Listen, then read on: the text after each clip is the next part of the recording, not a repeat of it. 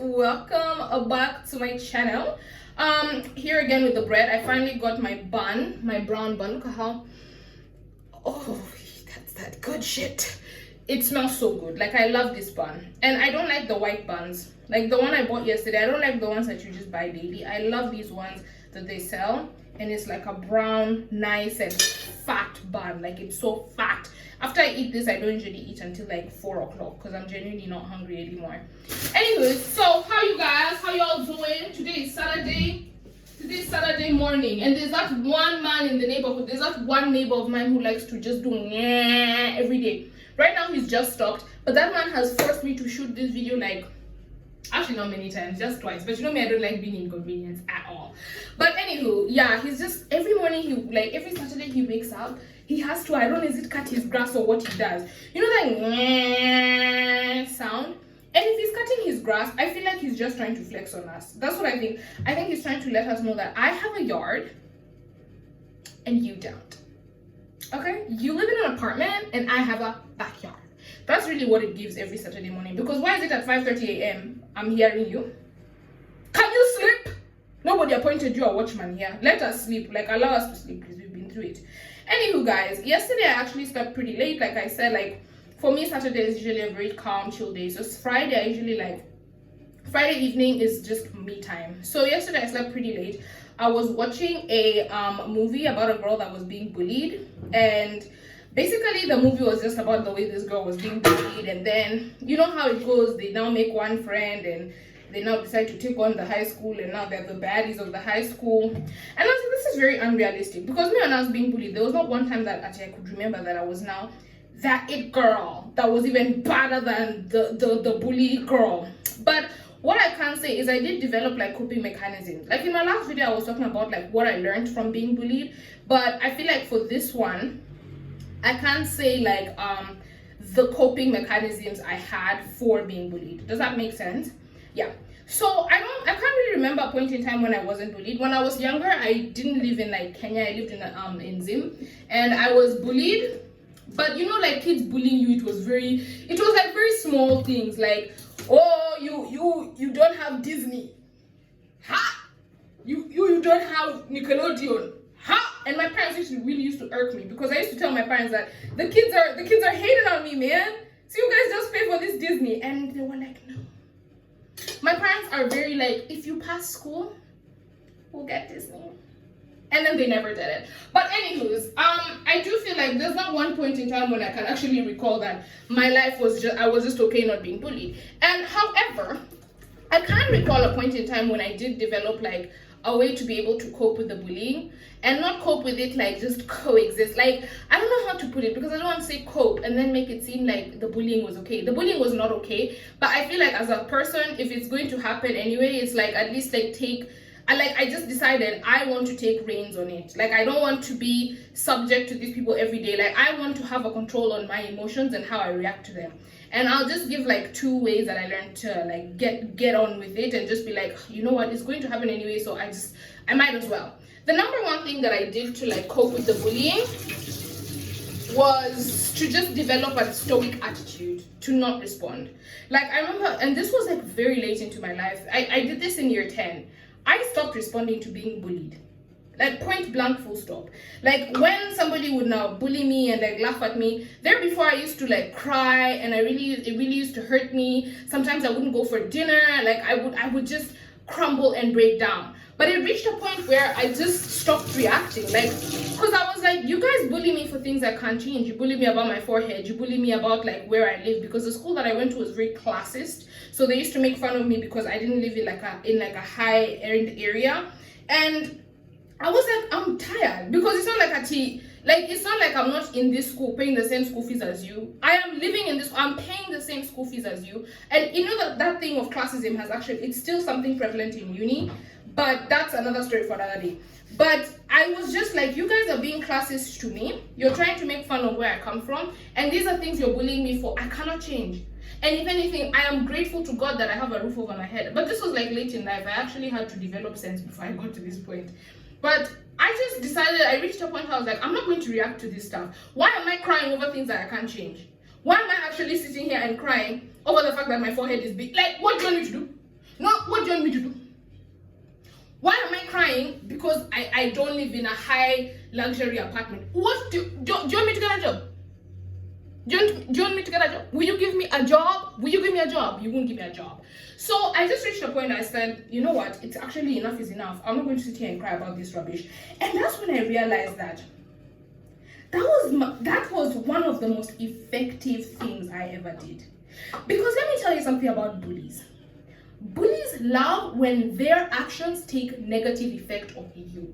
Like, bullies love when they bully you and they can see you're so depressed, you're literally not going to eat. Sometimes I would skip meals because they bullied me about being fat. So I would skip meals, or sometimes when I go, I'd literally give them, Jesus is Lord. I would give these people my food so that they don't think I'm fat. And then I would sit there and be hungry. Like, I'm sitting in class and I remember I would get so hungry that, you know how you have the locks on the desk? I would do whoosh, whoosh, whoosh. Like, I would play with the locks so nobody can hear my stomach growling. That's how much I wanted these people to like me. But anywho's, like, what was I saying? Like, this is what I used to do because I used to, and the bullies used to love this because not only am I now sad and depressed and it's making them feel powerful, on top of that, I'm giving them power by actually giving them food that my parents paid school fees for. You know what I mean? So it just reached a point where I was like, Paige, you're a big-bodied girl. You are hungry. Can you eat? And I just started eating and I stopped giving them my food. I remember one time one of the bullies came to ask for my chapati. Like, because I used to give her chapo. We used to get like, was it 2 or 3 chapati? 3 chapatis, right? So I used to give her like 1 or 1.5 sometimes. And she came for it and I said, no, I'm eating it today. That I'm eating it today, like, girl, now you're not gonna take my food now because you're still gonna be mean to me at the end of the day. And I just realized, like, why am I sad over things that I can't change? And that mentality like really changed my life because I was able to first of all get back my food. I was able to not care. Like, I would pass in the school hallways and sometimes like people would try to trip me just because they didn't like me. And I'll never understand why they didn't like me when they're you guys. Just, I don't know, man. But someone would try to trip me, or they'd be whispering at me, or they'd be giggling at me. And there before I would start crying, or like I would take a different route. But I just got to a point I was like, no, I have a right to be here. I have paid school fees to be here. And this is something my mom told me. And I always used to think like, my mom doesn't understand. But it's true. I have the same right you have to be here. I have that right to be here. The same right you have to be in this place, I have it. I have paid the school fees. I have passed even better than you at this point. Yeah. You spend so much time worrying about what me I'm doing and I'm reading.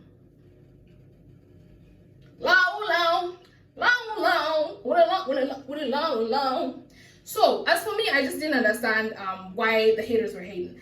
But anywho, that was the first thing I realized. Like, stop giving these bullies their attention. Stop. Like, just stop reacting, stop responding, stop participating. Bullies heavily rely on your ability to know that you're being bullied and your reaction to the bullying. If there's no reaction to the bullying, the bullying will cease. It will cease. Or even if they don't stop because they're losers, what are you gonna do? Because I guarantee you can't beat me up. I remember one time they were saying how they want to beat me up in the middle of the night and I was so scared, etc., etc. But then to me, I was just like, if these people beat me up, I'm gonna snitch. I don't care. I will snitch. I will go and I will tell. Like, that's something I even tell my little sister. And this might be terrible advice because people are always like, oh, you know, don't snitch over the bullies. Me, I will snitch. I will snitch. You want to touch me? Another, like, me and you doing like, me and you having these, you know, the implieds in the hallways and you being mean to me, etc. Cool. Like, it's not cool, obviously, because it's bad. Like, you get what I mean. But you going the extra mile to unsolicitedly touch me, you're mad. Do you know the way I will to the principal's office? You're not about to beat me. Not me. Not me. Anywho, the second thing that I did come to realize was that really helped me cope. The second thing that really helped me like cope with like the bullying or like just get around with it is weaponized incompetence. Because I decided not to react because I didn't understand why I was actually crying over the fact that my forehead was big, because I was like, so what do you do? No, what do you want me to do? I can't do anything, sorry.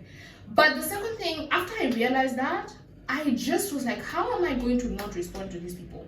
And I did that by using weaponized incompetence. Like I said, bullies heavily rely on your ability to recognize that you are being bullied in the first place. That's what makes it sweet, because they're not going to come and like tell you, I'm bullying you. Yeah, that's what's happening here.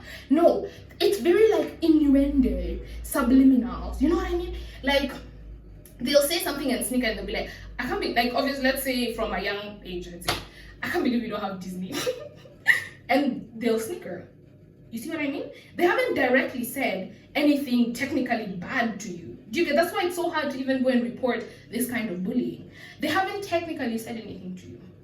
Oh my gosh, that's where you live. Didn't say anything bad to you. The whole gist, the whole narrative is to make you feel small. You have to first acknowledge that they're making you feel small, because they will never say, nobody wants to be the bad person.